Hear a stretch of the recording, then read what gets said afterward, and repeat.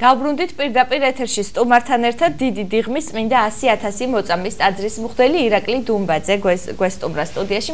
დაგულოცეთ მამა. მშვიდობისა. მამა, ჩვენ ძალიან საინტერესო თემაზე გვიწევს საუბარი, ეს არის ცრურწმენა. და ცრურწმენება, ჩვენ ვიცით, რომ უამრავი ცრურწმენა არსებობს და უნდა ვაღიაროთ, რომ საზოგადოების დიდი ნაწილი იჯერებს კიდეც მის არსებობას. ნუ ყველაფრის თუ არა რაღაცების არსებობას იჯერებს. პირველ რიგში რომ განგვიმარტოთ რა არის ცრურწმენა ზოგადად და აი მასზე აყოლა თუ ითვლება ცოდვად და შემდგომ უკვე სათითაოდ განვიხილოთ ის ცრურწმენები, ვფიქრობ ძალიან საინტერესო იქნება. კარგია რომ დღეს ორშაბათია და ამ თემაზე არ გიწევს საუბარი. ან 13. ან 13. საერთოდ რწმენა ზოგადად არის როგორც ეკლესიის მამები და თავად სახარება განმარტავს დაჯერება ღვთის არსებობისა, ხო? და ამ რწმენის დანიშნულება არის რომ ადამიანი უზენაეს ღმერთს აზიაროს, არა მარტო აზიაროს, ღმერთის შემეცნება მოუტანოს ადამიანს, სწორი შემეცნება ღვთისა და არა მარტო შემეცნება, არამედ საბოლოო ჯამში ადამიანის განხრთობაში დაეხმაროს რწმენა. აი ამას ეს არის თავარი დანიშნულება რწმენის. და თვითონ სიტყვა ცრურწმენაც უკვე მანიშნებელი იმისა, რომ რაღაც არასწორი არის. ჩვენ მიჩვეული ვართ, რომ აი ცრურწმენა დავარქვათ, როდესაც ცრურწმენას ვამბობთ, რაღაც მარტო გარეგნული მოქმედები, ნიშნები დავსახოთ, რომ ეს არის რაღაცა ცრუ, მაგრამ თუ სხვა ენებში ჩავხედავთ, თქვათ იგივე რომ სლავურში, იგივე თქვათ ბერძნულში, ეს ცრურწმენა თავის თავში უფრო ღრმა შინაარსის არის. ეს არის ამაო, ფუჭი, რომელსაც არანაირი ნაყოფის გამოღება არ შეუძლია. თავად იაკობ მოციქული ამბობს, რომ სარწმუნება თვინიერი საქმისა მკვდარი არის, ანუ სარწმუნება ნაყოფი უნდა გამოიყოს და ცრურწმენა თავისთავად, ანუ ეს ამაო ფუჭი რწმენა არის ისეთი რწმენა, რომელსაც ნაყოფი არ გამოაქვს. თუ ამ კუთხით შევხედავთ ცრურწმენას, უფრო გაცილებით ღრმა და უფრო ბევრ რაღაცას დავინახავთ ჩვენში არსებობს, რომელიც ცრურწმენას, ანუ ამაო რწმენას უკავშირდება. ჩვენ მაინც მიჩვეული, როგორც წეგა გითხარით, მიჩვეულები ვართ, რომ აი ცრურწმენაზე ვთქვათ, რომ ეს არის რაღაცა აი ეს ვთქვათ რაღაცა არის ცრურწმენა, ეს არის ცრურწმენა, მაგრამ აი ამაო რწმენის კუთხით თუ შევხედავთ, ეს უფრო გაცილებით ღრმა არის. მოკლედ ეს არასწორი წარმოდგენა ზოგადად რწმენასთან დაკავშირებით. ეხლა საერთოდ ესეთი ეკლესიის მამები ესეთ რაღაცას ესეთ რამეს ამბობენ, როდესაც უფრო ხშირ ყოველთვის ეკლესიის მამები ზედაპირულები არასდროს არ იყვნენ ხოლმე, ყოველთვის ცდილობდნენ რომ სიღრმეში ჩასულიყვნენ და როდესაც აი ცრურწმენაზე მიდგებოდა საუბარი, ყოველთვის ერთმანეთს აკავშირებდნენ ცრურწმენას, ჯადმაგიას, ჯადოქრობას და მკითხაობას. იმიტომ რომ თუ ადამიანში რაღაცა არასწორი რწმენა გაჩნდა, ის თავისთავად ადრე თუ გვიან მოიტავს მკითხაობას. ანუ ენერგეტიკა ხო აქვს აი ამ ყველაფერს? რა თქმა უნდა, ბოროტის ყოველთვის ხელშემწყობი, როდესაც ადამიანში რაღაც არასწორი არის, ყოველთვის ცდილობს მის წახალისებას, მის რაღაცის შესრულებას, რომ ადამიანი იყოს დამჯერე რაღაც არასწორისა. იგივე მკითხაობაზე რო ჩამოვარდება საუბარი, ჩვენც მიჩვეულები ვართ მკითხაობა მაინც აი ეს ყავაში ჩახედვა, რაღაცა კარტით გაშლა, თორე მკითხაობა იგივე ასტროლოგიას მკითხაობა არის, როდესაც ადამიანი ვარსკვლავების მიხედვით ცდილობს რომ რაღაცა თავისი მომავალი ბედი განჭვრიტოს და ასე შემდეგ. იგივე მაგია, ჯადოქრობა. მოკლედ ეს ყველაფერი არის ცრურწმენასთან კავშირში. როგორც ეკლესიის მამები გვეუბნებიან, თუ ადამიანი ცრურწმენის მატარებელი, ანუ ამაო რწმენას აყვება და ჯანსაღ ცოცხალ რწმენას მოშორდება, თავისთავად ის უკვე დროთა განმავლობაში მისი გონება გადაიხრება მკითხაობისაკენ და ამის ნათელი მაგალითი არის, თქვათ, როდესაც ადამიანი თქვათ, აი თუნდაც იგივე თქვა ეკლესიაში დადიოდეს ადამიანი, მორწმუნედ თვლიდეს თავს და რაღაც ნიშნებს ეძებს აი ამ ცხოვრებაში, რომ რაღაცა თქვათ, თუ ეს ნიშანი მომეცა, მე თქვათ, აი რაღაცები დაემთხვა, ხო? ესე იგი ღვთის კურთხევა ჩემზე მოცებული არის, თქვათ, ან თქვათ სახლის საკითხის საყიდად მივდივარ და თქვათ, მოძღვრისა კურთხევა რომ თქვა დამულოცა მოძღვარმა რომ თქვა სახლი ვიყიდო და თქვა გზაში წავიქეცი, ესე იგი თუ წავიქეცი, ესე იგი დღეს არ უნდა ვიყიდო. ან თქვა რაღაცა დილა გათენდა სახლიდან გამოდივარ და თქვა ვიღაცა ბეზობელი შეხვდა და ესე იგი ეს უკვე ეს თავის თავში უკვე ეს არა მარტო ცრურწმენა, უკვე ეს არის კითხაობისკენ გადახრილი, კითხაობისადმი გადახრილი იჯერებენ ამ ყველაფერს, რაც თავარია, ხო? და ყველაზე საბოლოო როგორც ეკლესიის მამები გვეუბნებიან, საბოლოო აი ამ მდგომარეობა, საბოლოო ადგილი, აი ამ აი ამ ყველაფრისა ეს არის როგორც მამები როგორც გითხარით ეკლესიის მამები ამობენ ეს არის მაგია ჯადოქრობა რომელსაც ადამიანი აუცილებლად მივა თუ ის რაღაც სრულწმენებს თავის თავში ატარებს. ერში გავრცელებულ სრულწმენებს ჩვენ კიდევ მიუბრუნდებით, იმიტომ რომ გვაქვს ამისი დრო. მანამდე მე მინდა გკითხოთ თვითონ ეკლესიის შიგნით გავრცელებულ არ ვიცი რა დავარქვათ ალბათ სრულწმენები ამასაც გეტყვით რას გულისხმობ. მაგალითად ყველას გაუგია ალბათ თუ ვინმე სანთელს გაძლევს ხურდა უნდა მისცე, ასევე არ შეიძლება სანთელი ჩააქრო შებერვით, მაინც და თითები უნდა დაიწვან, ძირი მიაკრო არ შეიძლება, ანუ ხო ხდებით რას ვაღებ. კიდევ არის მაგალითად იბეჭდება წიგნები, სადაც წერია რომ თქვა ტკბილის ტკივილის დროს რომელ წმინდანს ვევედროთ, თავის ტკივილის დროს რომელ წმინდანს, უსახსრობის დროს და ასე შემდეგ. ეს რამდენად გამართლებულია მაშინ, როდესაც წმინდანს სხვა დანიშნულება აქვს ჩვენ ცხოვრებაში და მას ვთხოვთ ღვთის წინაშე მეოხებას, არა? აი რამდენად არის ესეც დასალაგებელი სიტუაცია? აუცილებლად სამწუხარო რეალობა ის არის, რომ ხშირად ჩვენი სარწმუნოება აი არ ცდება მხოლოდ აი ამ მდგომარეობას, რომ ადამიანი მოდის და ყველაზე გარეგნულზე, მხოლოდ გარეგნულზე ყაბულდება. რომ მისი წმენა, რომ ჩვენი წმენა მაინც გარეგნულია, თქვა და აი ყურადღება ექცევა, რომ თქვა როგორც თქვენ ჩამოთვალეთ, რომ რამდენი სანთელი უნდა დაინთოს. თქვა სანთელი დილას დაინთება, ღამე დაინთება, თქვა და ადრე იყო მახსოვს, რომ ეკლესიაში რომ მოვედი, რომ ღამე ეკლესიის სანთლის დაინთება, ძიმე ცოდა ითვლებაო და მოკლედ არა და მე რო გამოვიკითხე ყველა ეკლესიის მამა ამასამოს რომ პირიქით ღამის ლოცვა არის ყველაზე დიდი ძლიერი, იმიტომ რომ ყველაფერი რომ სტიქები რო ლაგდება, შვიდდება და შე რო ღმერთ ღვთის წინაშე აინთები სალოცავად ეს არის ძალიან ძვირფასი და სანთლის დაინთებაც თან ჩვენი ასე ვთქვათ ჩვენი ლოცვის ერთ-ერთი შემადგენელი ნაწილი არის, ხო?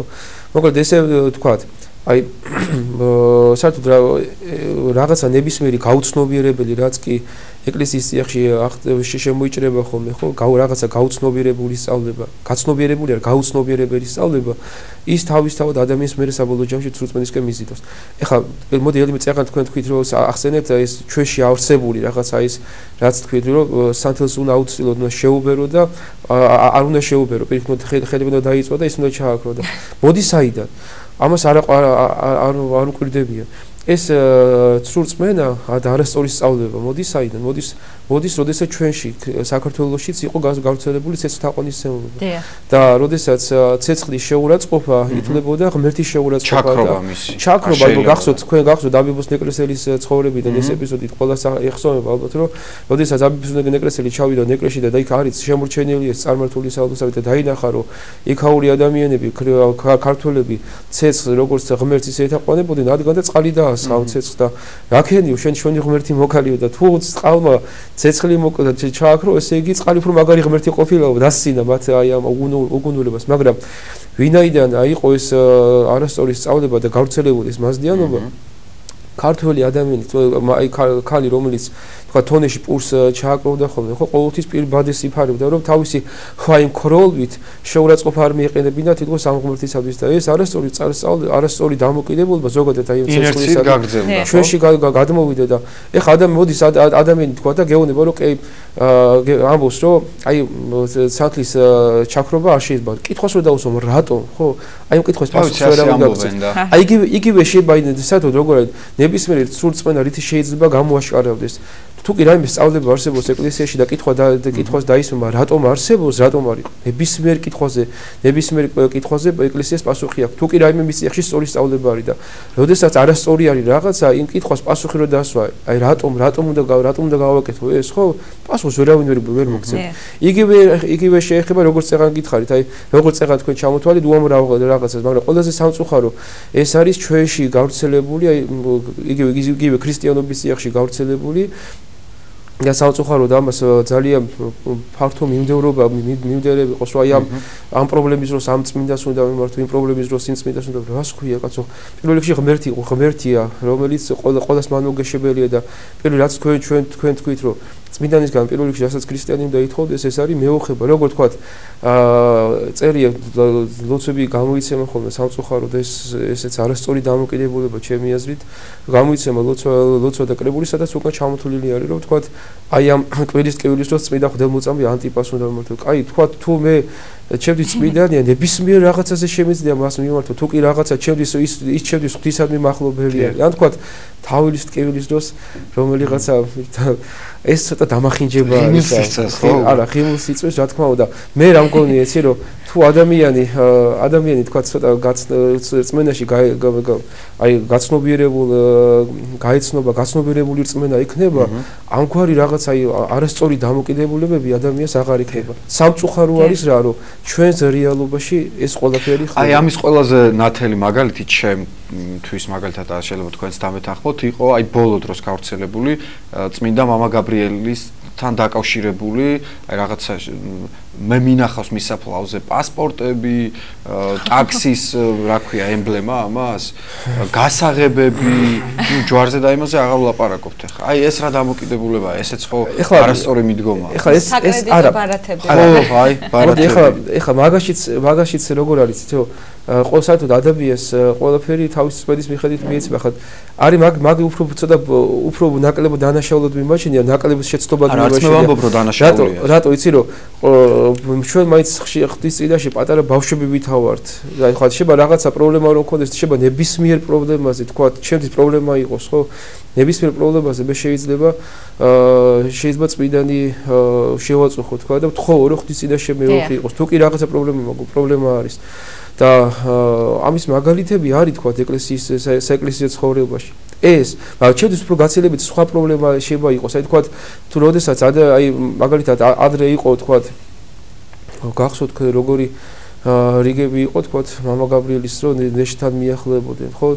დღეს გაგთიქოს მასაკ. ახლა გამოჩნდა რომ თქვა ან სადღაც მირონდინარი ხატი არის, ან თქვა რაღაცა იქ მევა ხალხი. აი სიწმინდე აი მთავარ სიწმინდესთან არა და იქ გარულა აი სახარებისეული სიტყვები არის გახსოვთ მაცხოვრის სიტყვები არის სახარებაში ამბობს მაცხოვრი როდესაც ებრაელ მღვდელმთავრებს მიმართავს რომ თქვენ ვამბობთ რომ შესაწირავი უფრო დიდი არისო ვიდრე საკურთხეველი უგუნურებო რომ ეს საკურთხეველი რო არ იყოსო იმ შესაწირავს ვინ რა გაწმენდა ან ვინ გაწმენდაო და ტაძრის ოქრო უფრო დიდი არისო ვიდრე თავად ტაძარიო აი ეს მაცხოვრი აშკარებს ებრაელებში არსებულ არასდროს სწავლობს ესეც სრულ სწავლება ანუ საბოლოო ჯამში რომ ჩამოვაყალიბოთ რა არის სრულ წმენა ეს არის როდესაც ადამიანი თავარს მოწყდება და მეორე ხარისხოვას რაღაცას უფრო გაცილებით დიდ ყურადღებას ანიჭებს თავარი არის სრულ წმენის არის ეს თორე აქედან გავდინარე უკვე მე სრულ წმენების ნიაღვარი შეიძლება წამოვიდეს ადამიანის ცხოვრებაში როგორც ეს შეეხება თქვა ყოფით ცხოვრებას თქვა რაც ყოფით ცხოვრებაში არის იგივე შეეხება მიცვალებულის ტრადიციას იმიტომ რომ ამაზე ერთი გადაცემა შეიძლება საშინელებები ხდება ხოლმე რომ თქვა როდესაც მიცვალებული უნდა დაკრძალო ეხლა აუცილებლად უნდა ითქვა რომ მიცვალებულის როდესაც ოჯახს მიცვალებული ყავს აუცილებლად იქ ცხვარი უნდა დაიკლას ესეც ერთ-ერთი გავრცელებული რას ქვია მიცვალებულს ცხვარი აცხოვნებს ამ ცხვრის დაკლა აცხოვნებს აი ეს არასწორია სკამები რომლებზეც დაასვენებენ აუცილებლად უნდა გადააბრუნონ გასვენების დროს კარს უნდა სამჯერ მიაჯახუნონ ჩასასვლელი ვინ მოიგო აი ეს სამწუხაროა ეს ყველაფერი ჩვენ იმ თავარს წყვეტს რომელიც თავისია ღმერთმა დედა ეკლესიის სიახში მოგვიყვანა ყველაზე მთავარი რა არის რომ ადამიანმა დაინახოს რა გზა გაყოლეს წმინდა მამამ ეს გზა არის თავმდაბლობისა ეს გზა არის სიყვარულისა და ადამიანები ამ თავმდაბლობაზე ამ სიყვარულზე არ ფიქრობენ და ფიქრობენ თქვა რაღაც წესების აღსრულებაზე და ეს წესების აღსრულება ღმერთს არ უნდა არ ჭირდება ამ წესების აღსრულება გახსოვთ თუ დავით მეფსალმონის ცხოვრებაში რა წერია რომ როდესაც დავითს მოქონდა აღთქმის კიდობადი შემოქმდა იერუსალიმში ეს ანუ დაიბრუნეს აღთქმის კიდობადი ტანსაცმელი შემოიძარცვა და ეცეკვდა და ეხა ვიღაცისთვის ეს არ იყო მეფურის აქციელი მაგრამ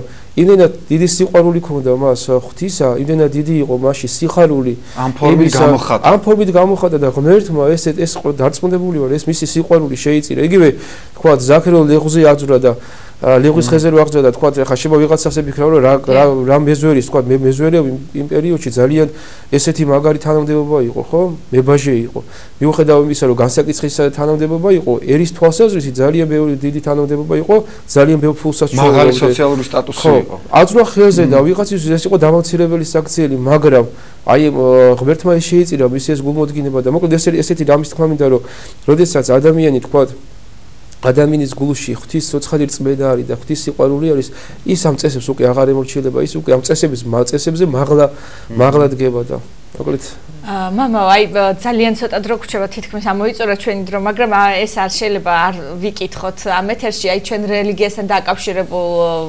სრულწმენებზე ვისაუბრეთ არსებობს ერში გავრცელებული სრულწმენები ხა ყველა ვიცით რომ ძალიან ბევრია ასეთი ვთქვათ მარილი და გებნება და უცებად ჩხუბის მოლოდინში ხარ სარკე გაგიტყდება და რაღაც უბედურების მოლოდინში ხარ შავი კატა გადაგირბენს და რა ვიცი ნეტა სახში მშვიდობით მივიდეო ფიქრობთ ყველაზე მთავარი აქ არის ერთი რამ რომ ესეთი არის ძალიან ბევრი მართლა რომ საზოგადოებამაც უნდა იცოდეს რომ ეს ყველაფერი ერთ სრულწმენა ვთქვათ ორსულები რო არ დადიან ვთქვათ სამძიმარზე და ასე შემდეგ მაგრამ აქ ერთი მეორე საკითხია კიდევ ადამიანებს აქვთ ეს დაცდილი აი ამბობენ რომ მე ესე დავცადე რომ ვთქვათ მარცხენა თვალი რომ მითამაშებს აუცილებლად ცუდი რაღაც შემემთხვევა და მათ არგუმენტები აქვთ რომ ეს მართლა ესე ხდება აი მაშინ რასთან გვაქვს უარეს გეტყვით დიახ აი მაგალითად ერთხელ ერთი ადამიანი მოვიდა ტაძარში და ამბობს რომ როდესაც ვეზიარეო ზიარება როცა მივიღეო ზიარებიდან გასული რაღაც პრობლემა შემექნაო და ფიქრობს რომ იმანდ ეს ყველაფერი დააბრალა წმიდა ზიარებას პრობლემა და შეექმნა რაღაცა თქვა ესეთი ყოფითი ან თქვა ადამიანს თქვა რაღაცა მოძღვარება სახლი უკურთხა მეორე დღეს რაღაცა პრობლემა შეექმნა ამ ყველაფერი ამან ეს ყველაფერი ამ სახლის კურთხევას დაუკავშირა ისეთი რაღაც არის ხომ ეკლესიის მამები ასეთ რამეს ამბობენ თუ კი ადამიანში რაღაცა ბოროტი რაღაც სისუსტეს ხედავს ყოველთვის ბოროტის დროს იმ სისუსტეზე ააგოს თავისი მოქმედების გეგმა თქვა აი მაგალითად ეკლესია იოანე კიბის აღწერილს აქ საოცარი სწავლება ჩამოყალიბებული სიზმართან დაკავშირებით ერთი ესეთი მაგალითი მოყავს სიზმარიც ხო სიზმარზეც აყოლა ხო ერთ-ერთი წმენა არის რა თქმა უნდა წყალს თუ მოუყვებიო არ არის ცუდი ამბავი ეს ჩვენ გვეცინება მაგრამ არც ხალხში არც ისე სასაცილო და იმიტომ ისეთი რეალურად არის ხო ხა ჩვენ რომელსაც ახლა აი ადამიანებს რომელსაც თქვა რაღაცა შინაგანად წმენა აქვთ ხო წმენა ღვთისა და ენდობიან ზოგადად წმენა ნდობასაც ნიშნავს ხო მარტო წმენა დაჯერება არ ნდობა არის პირველ რიგში ღმერთისა ხო აი როდესაც ადამიანი ღმერთს ენდობა ბევრი რაღაცა თავისთავად ცილდება მაგრამ სამწუხარო არის რომ ადამიანები ყეობაში აღმოჩნდებიან ხოლმე და აი ამოყვანილი ყავს იოანე კიბის აღწერილს ესეთი მაგალითი რომ ერთი ბერი იყო რომელსაც ქონდა საოცარი ნდობა იომ სიზმრებისადმი და მართლაც რაც სიზმარში ეს იზრდებოდა ბოროტი ცდილობდა მის აღსრულებას ანუ პატარ-პატარა რაღაცები დაიწყო რომ თქვა რაღაცა დაესიზრა რომ თქვა მიწისძვრა იქნებოდა მოხდა მიწისძვრა თქვა რაღაცა იყო დაესიზრა ისიც აღსრულდა და ეთქესაც ბერმას დაიჯერა რომ ესე იგი რაც მე მესიზრება ეს ყველაფერი უნდა აცხადეს და ყველაფერი ჭეშმარიტება რეალობა არის ერთდღესაც ბოროტის შთაგონებით ხედავს ესეთ სიზმარს რომ ყველა ქრისტიანი მაცხოვართან ერთად ჯოჯოხეთში იწვევიან ბოროტ მონახე რა გააკეთათ და ყველა ანუ იუდები და ებრაული ჟურის მატარებელი მოსე წინასწარმეტყველთან ერთად სამოთხეში ნეტარებენ და ადგა მეორე დღეს დატოვა ის თავისი მონაზვნური ცხოვრება ცოლი მოიყვანა და იუდაური სარწმუნოება მიიღო და ამ საბრალო თავისი ამ უგუნურის მიყოლითო აი ამ სიზმართან დაკავშირებულ სწავლებაზე თავისი სული დაღუპა იგივე არის თქო რას თქვენ თქვით რომ თუ ადამიანი თავში რაღაცაზე მინდობილია რაღაცას ენდობა ხო ბოროტის სილოს მის აღსრულებას ამიტომ პირჯვარი გადაიწეროს ისეთ ადამიანს აი პირჯვრის წერასთანაც მინდა კითხოთ მამა მაპატით მე მგონი შეგაწყვეტინეთ აი თქვენც გინახავთ ალბათ ჩვენ პირჯვარს ვიწერთ ვიცით როგორც ვიწერთ ხო აი ეს სად გაჩნდა მაპატით ახლა დამთქნარების დროს დაცემინების დროს პირსახეზე რო გადაიწერთ არ ვიცი საიდან ვინახავს როგორ არ მინახავს საერთოდ ესეც არის წარმართულიდან მომდინარე ბოლოსით შეიძლება რამდენი წარმართულიდან მომდინარე ჩვეულება საერთოდ ადამიანი საყურეს რგოლებს ყველა იკეთებდა რატო ესეთ აი წარმართებს ქონდა და ვინც შამანური რელიგიის მიმდევრები იყვნენ რომ ვინც მის რელიგიას სულების მსახურება იყო ფიქრობდა რომ თუ კი რაიმე ხრელი არის ადამიანში ამ ხრელიდან შეიძლება ბოროტი შეძრეს და ამიტომ ყოველთვის ესეთ რაღაცებს იგივე არის აი ეს არა რო ადამიანი თუ დაამტკნა რა აუცილებლად პირჯვარი უნდა გადაიწეროს რა ვიცი აი უკაცრად აკეთ ეს ჩვენ სასაცილოდ დაგვაქვს შეიძლება ახლა ღმერთმა შეგვიწყალოს და ღმერთმა აიძულოს რომ აი ამ რაც ეკლესია არის ჯანსაღი ცოცხალი ორგანიზმი სადაც ადამიანი ცოცხალ ღმერთს ეზიარება ანუ სადაც ღმერთთან შეხება ცოცხალი არის აი ცოცხალი განცდა აქ ადამიანს და ეს ყველაფერი აი ამის რაც ჩვენ ახლა ჩამოთვალეთ და რაც კი არ ჩამოგვიდეთ, იმიტომ რომ ეს 20 წუთში შეუძლებელია ყველაფერზე შეუძლებელია რომ ამ ყველაფერზე ყურადღება მივაქციოთ, ეს ყველაფერი ამ ცოცხალ რელიგია, ცოცხალ სარწმუნოებას ადამიანს აშუქებს. ღმერთმა დაგიფაროს. დიდი მადლობა მამაო საინტერესო საუბრისთვის. დასკვნა რომ გავაკეთოთ სრულწმენებზე აყოლა არ გვარგებს მართლმადიდებლებს, ასე რომ თავი შევიკავოთ მსგავსი სრულწმენებზე აყოლისგან ჩვენთან საუბრობდათ ამ ცოდვის შესახებ დიდი ღმის წმინდა 100,000 მოწამის ტაძრის მღვდელი ირაკლი დუმბაძე.